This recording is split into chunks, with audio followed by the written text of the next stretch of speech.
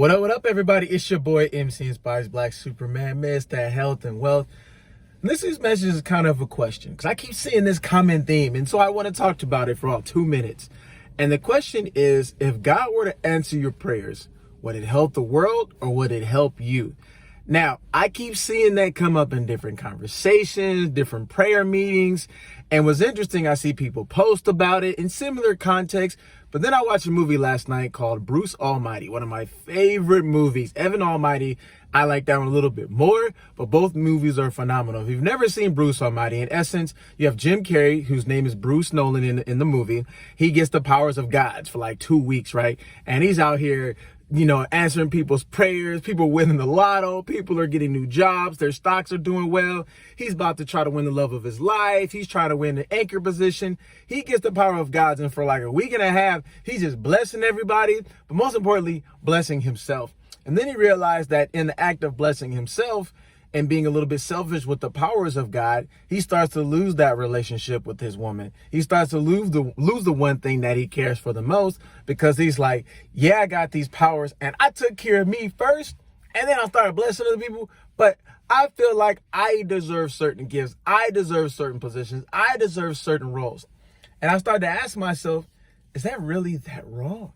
To want certain things, like to really truly have desires in my heart, because that's what the Bible says. It says the Bible will give you desires of your heart. God knows what you want. God does have a plan for you. And I'm like, God, if you know my plan, can I be a millionaire already, right? But in all seriousness, it's like God knows the desires of my heart, yet he also has a specific plan for you.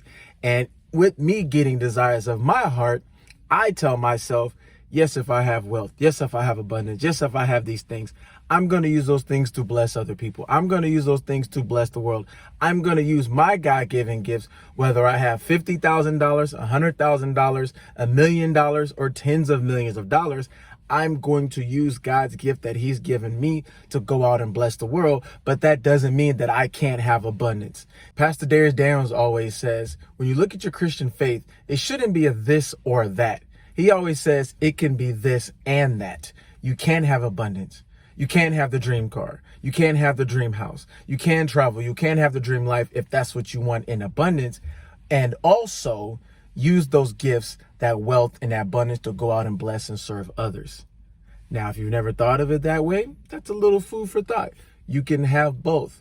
But again, make sure you're very specific on what you pray and ask God for. Make sure you're very specific on when you ask God to have obedience and to have courage and to have wisdom and to have understanding, because he will give you those things. But make sure when you selfishly want those things, you let God know that even whether I have this gift or this amount of money or that business or that relationship, I'm still going to serve you first and serve the world. And as I always say, eat better, say better, live better, and always leave with love. Take care.